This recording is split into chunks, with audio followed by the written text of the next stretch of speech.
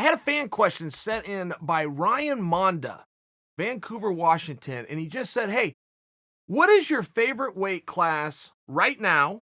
And what is your favorite weight class of all time?"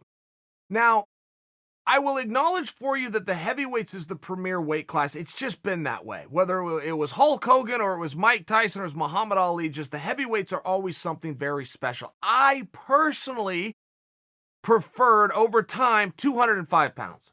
I've always liked the light heavyweight. And, you could go back to Tito Ortiz. I got my own problems with Tito, but to act as though he didn't bring something exciting to the table would be false. You could parlay that right into Chuck Liddell, right into Randy Couture, and I know they volleyed it back and forth. But 205 was also always just very special. Frank Shamrock. Frank Shamrock, who should have been a 185-pounder. Frank Shamrock weighed in at 193 pounds, but then would go up and fight at 205 because at that time there was only two divisions.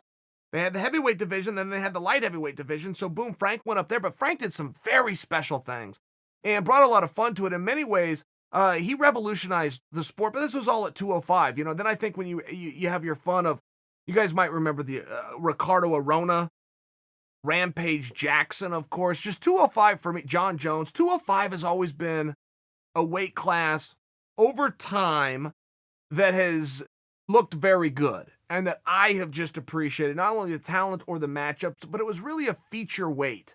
The promotions got behind that weight class for whatever reason. So that's a weight class that I would have to look at, but I wanted to acknowledge that it was the best weight class if that's what you're looking for. If you're looking for the best weight class, it's always 145 or 155. In terms of talent, in terms of depth, in terms of iron on top of iron, there's a reason a guy can keep the belt at 205 for a meaningful period of time. It's much different at 155, and that just comes with the competitiveness. And while I prefer the light heavyweight division, I think because I also get attracted to some of the characters and some of the names. They had some better promotion over time. I would like the skills of a 155-pounder. I fought in the light heavyweight division. I would love to have the skills of any top 10 155-pounder. You take a top 10, there's 10 John Joneses at 155 pounds, skill-wise.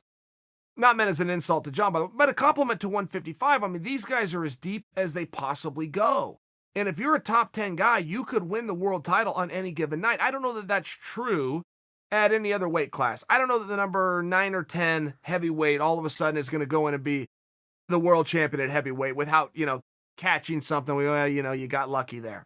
Skill-wise at 155, and this was proven just recently, you got Justin Gaethje's ranked number 6 in the world versus Tony Ferguson, who's a predominant number 1 ranked guy in the world, contender.